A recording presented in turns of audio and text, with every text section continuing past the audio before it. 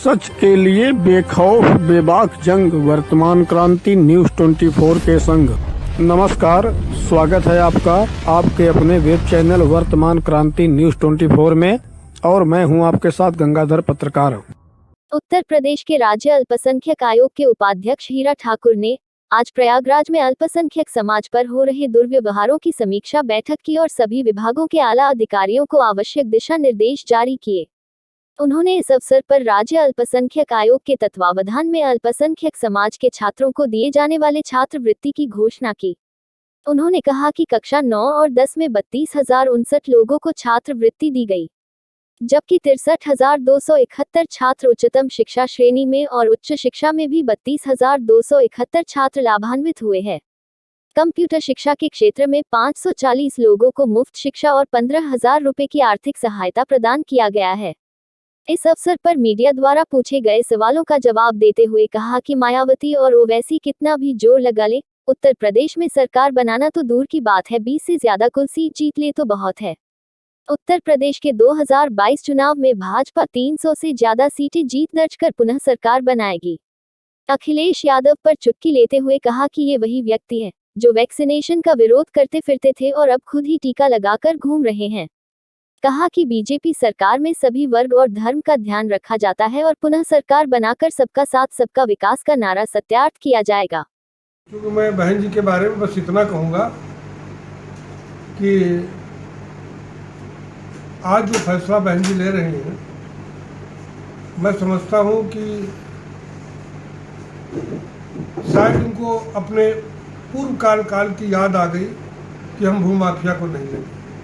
लेकिन ये भी ध्यान उनको रखना चाहिए कि बहुजन समाज पार्टी की जो नीति है उसका विपरीत आपकी चाल है। कहीं दलित का चेहरा, गरीब का चेहरा नहीं दिखाई दे रहा है, और अगर ये नहीं दिखाई दे रहा है तो बहुजन समाज पार्टी का स्वरूप ही नहीं है और इसका रूप भी नहीं। AIM वाले जो हैं उनको उत्तर प्रदेश में लाने वाले जो हैं वो लोग हैं, चाहे वो अतीक अहमद हो, चाहे वो मुख्तार अंसारी हो, चाहे वो आजम खां हो, ये सब इसलिए आएंगे, ये बड़े बड़े उत्तर प्रदेश के भूमाफिया थे और इनकी एक तरफा राजपाट चलती थी। सरकार किसी की होती, राज इन्हीं की होती थी। ये पहला मौका है, उत्तर प्रदेश के मुख्यमंत्री को धन्यवाद देना चाहिए। ऐसे भूमाफिया और ऐसे लोगों को मुंहतोड़ जवाब ही नहीं दिया है, कानूनी कार्रवाई करके अवैध कमाई को भी ढाने का काम किया है। पूरे प्रदेश की जनता इस कार्य से खुश है और भविष्य में भी उत्तर प्रदेश के मुख्यमंत्री जो माननीय योगी आदित्यनाथ जी जो हैं, उनके साथ में वो एक ब्रांड है। और मैं वादे के साथ कहता हूँ 2022 का चुनाव आ रहा है, जहाँ पे योगी और मोदी जी होंगे। अभी तो 300 की बात हो रही है, मैं सच बता रहा हूँ, ये अखिलेश यादव पाएंगे 18-20 सीटें और बहन जी जो पाएंगी 20 और 22 सीटें। और ओवैसी और जिनकी आप बात कर रहे हैं, ये पहले अपने किए हुए कर्मों का सजा भोगे।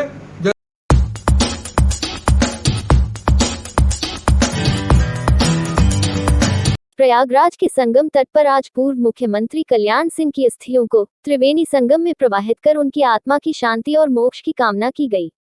इस अवसर पर प्रयागराज बीजेपी के सभी गणमान्य पदाधिकारी सदस्यों के साथ सांसद, विधायक, उप मुख्यमंत्री केशव प्रसाद मौर्य और पूर्व विधानसभा अध्यक्ष तथा बंगाल के पूर्व राज्यपाल केसरीनाथ त्रिपाठी संगम तट पर मौजूद रहे। आपको बता दें कि लखनऊ से सड़क मार्ग द्वारा ये अस्थि कलश प्रयागराज के संगम तट पर पहुंचा, जहां सभी ने माल्यार्पण कर श्रद्धांजलि अर्पित किया। उसके बाद लोग PWD के बोट पर सवार होकर अस्थि कलश को संगम के बीच में ले जाया गया, जहां पर तीर्थ पुरोहितों ने मंत्रोच्चारण के साथ संगम जल में अस्थियों का विसर्जन किया। इस अवसर पर मीडिया से बात करते हुए स्वर्गीय कल्याण सिंह के बेटे ने कहा कि बाबूजी का सपना पूरा हो चुका है और राम मंदिर का निर्माण कार्य शुरू हो चुका है। कहा कि बाबूजी सदैव हमारे हृदय में जीवित हैं, इसलिए उनके चित्र में मैं कभी माल्यार्पण नहीं करूंगा। उप मुख्यमंत्री केशव प्रसाद मौर्य ने कहा कि आज बाबूजी के सभी परिवारजन से मिलने का सौभाग्य प्राप्त हुआ है। कहा कि मैंने अपने राजनीतिक जीवन की शुरुआत कार सेवक के रूप में किया था और स्वर्गीय कल्याण सिंह जी के साहसिक कदम से हमेशा कायल रहा हूं। लगभग 50 वर्ष से संबंध था। 1977 में रामनरेश यादव जी जब मुख्यमंत्री थे तब कैबिनेट में मैं उनका साथी था। एक स्वास्थ्य मंत्री के रूप में जो छवि कल्याण सिंह जी ने बनाई थी, उसकी छाप प्रदेश प्रशासन के हर क्षेत्र में दिखाई पड़ती थी। मैं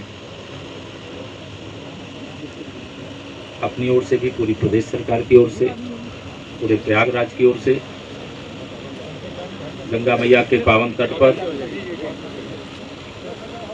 सभी वरिष्ठ जनों के मौजूदगी में बाबूजी को विनम्र श्रद्धांजलि अर्पित करता हूं। यद्यपि वह देव पुरुष होते हैं, उस विशिष्ट श्रेणी के लोगों में से बाबूजी का स्थान है। देखिए, बाबूजी की अस्थि कलश 5 जगह में से 4 जगह जा चुके हैं। 2 बाबूजी की कार्यस्थल रही थी, बुलेश्वर और एटा, वहाँ पे विसर्जन हो गया। बाबूजी का बहुत बड़ा एक सपना था राम मंदिर का। कल हम पूरा परिवार जाके अयोध्या में भी सही माता के चरणों में बाबूजी की अस्थियाँ विसर्जित करके आए हैं। और आज हम लोग इलाहाबाद में जाकर 16 तारीख को हम लोग जाएंगे। क्या उनका जो संकल्प, जो सपना था मंदिर का, उसको लेकर के आगे? देखिए, सपना तो उनका पूरा हो गया। और एक छोटी सी बात बताऊं उनके बारे में, जो क्या सोचते थे आईसीयू में जिस समय थे, उस समय मैंने पूछा बाबूजी कैसे हैं, तो बोले कि मैं जब से मंदिर से आया हूँ तब से मेरे पेट में गैस बन रही है।